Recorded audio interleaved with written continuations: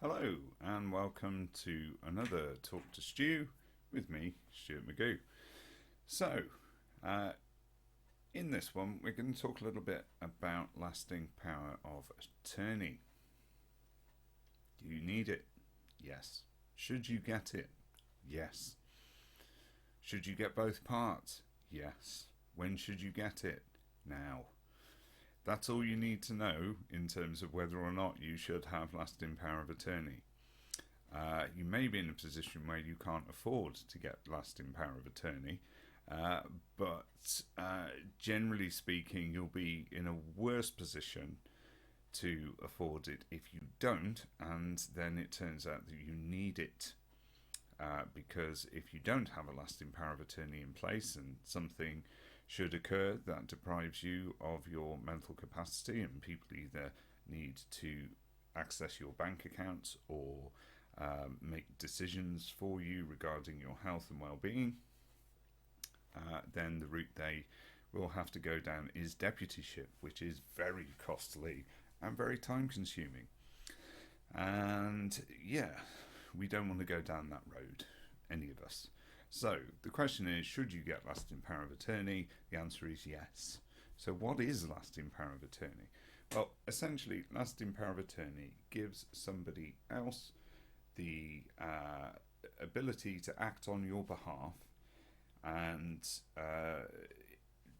administer your wishes as they would be for you, regarding your finances and also regarding your health and well-being, should you be in a position that you can't make those decisions for yourself.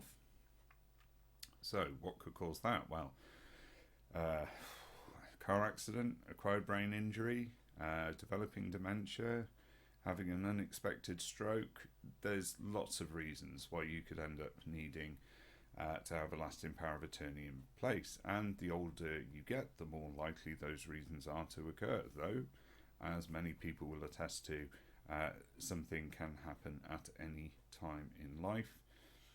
There's age doesn't have the purview over stroke, for example. Many people of any age can get a stroke, and that could incapacitate you. So it's certainly worth thinking about. Now, how do you go about getting it? Well, you could go to a solicitor and they will sort out everything for you. They'll talk you through absolutely everything, and they'll fill in all the paperwork and do all the bits that are needed. Is that the route you should go down? Well, fortunately, it's not the only option available to you these days. Personally, I would say if you're capable of doing so, then you should set it up for yourself. First of all, it's a hell of a lot cheaper. Generally speaking, if you go to a solicitor, you'll be looking at around about £500 per lasting power of attorney, and you will need two. You will need one lasting power of attorney for your finances and one for your health and well-being. So that's two lasting power of attorneys. Why are they separate? Well, years ago there was something called enduring power of attorney, which generally speaking just sort of revolved around finances.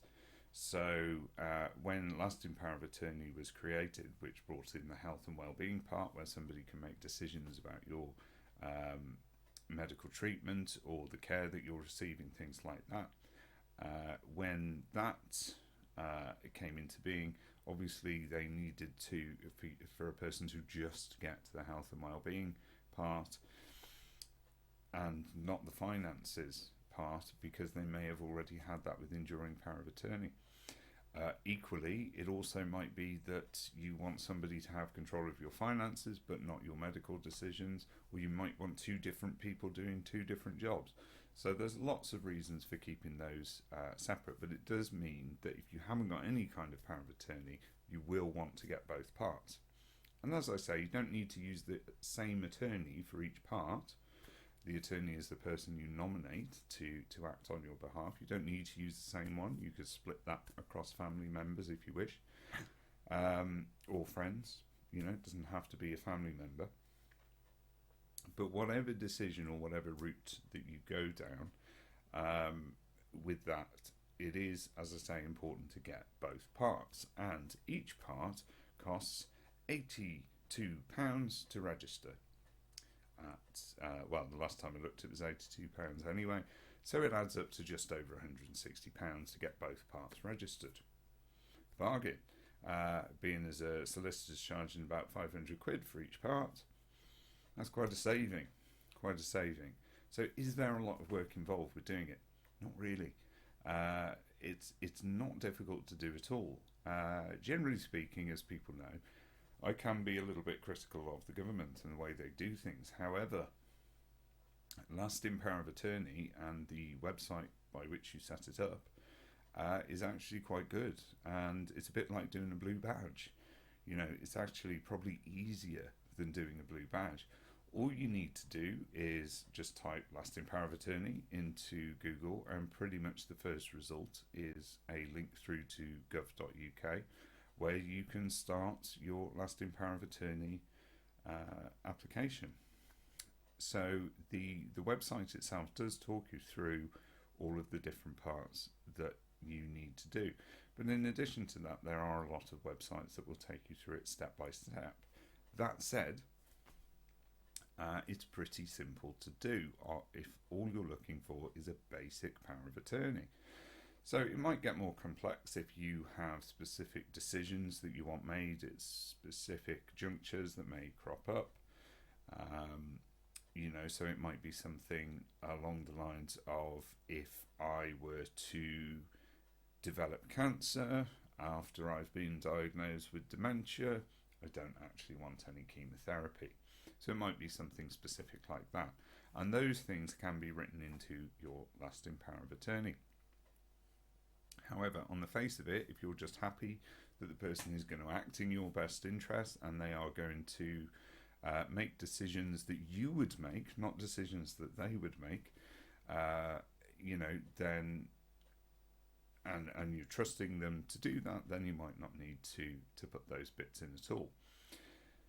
So essentially, to make the lasting power of attorney, you only need a few bits of information, which is your name and address and your national insurance number, and the name and address and national insurance number of the attorney or attorneys. That responsibility may be shared by a number of people, siblings usually.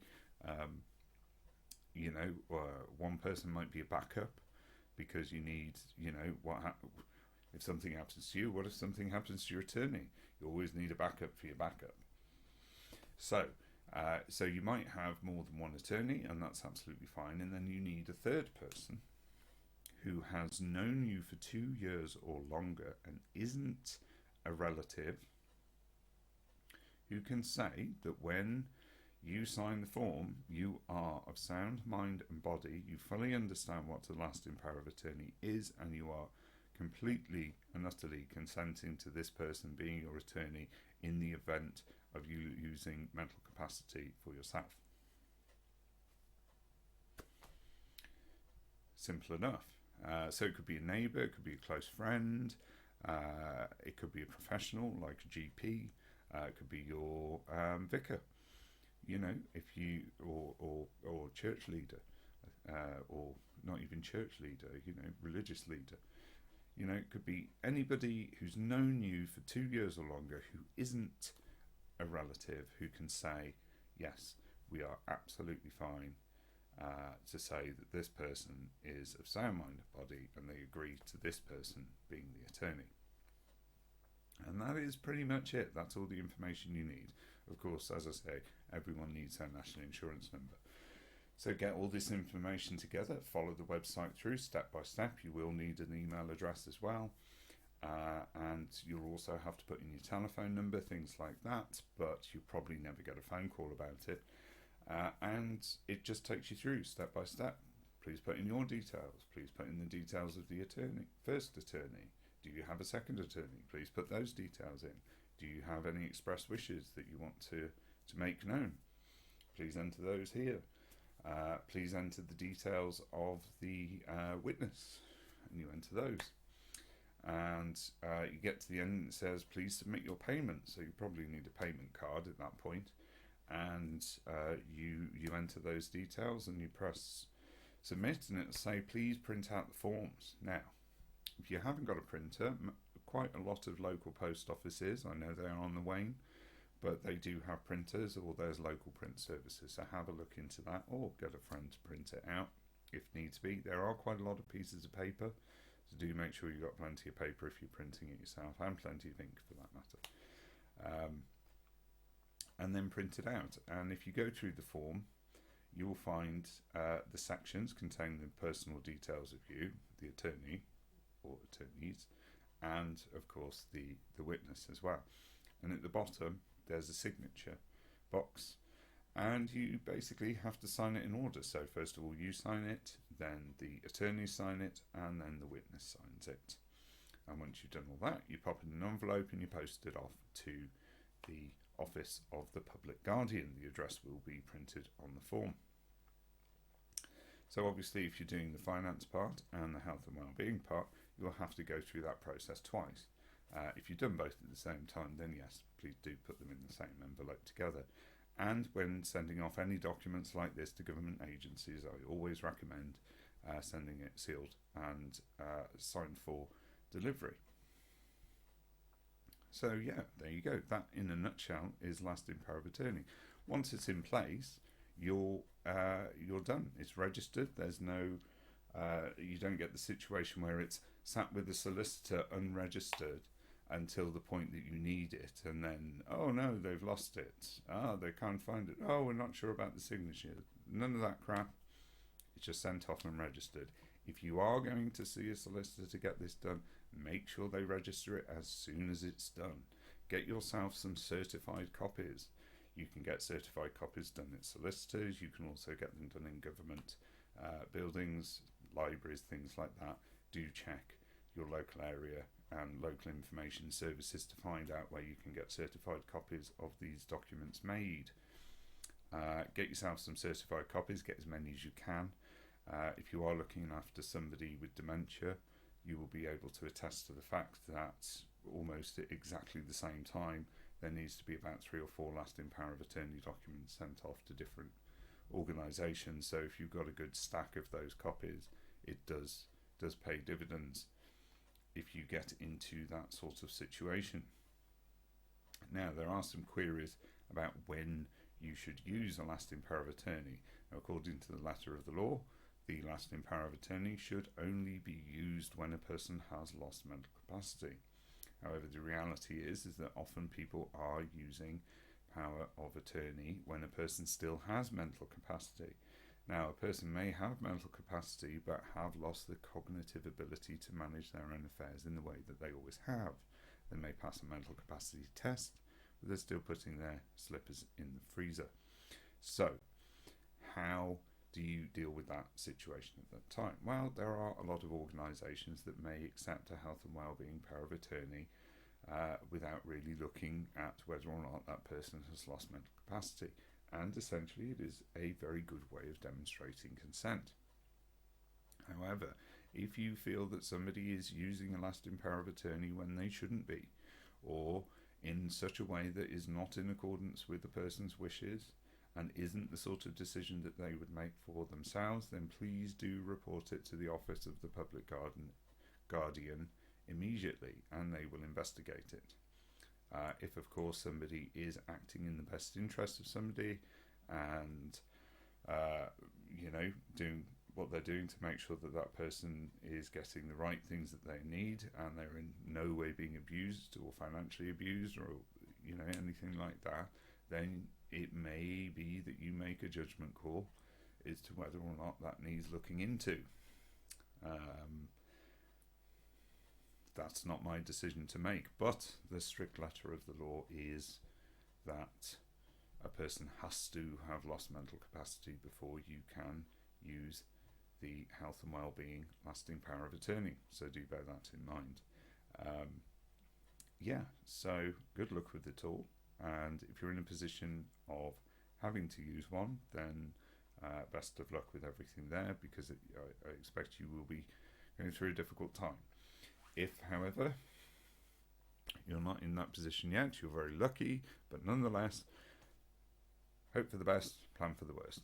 get yourself a lasting power of attorney.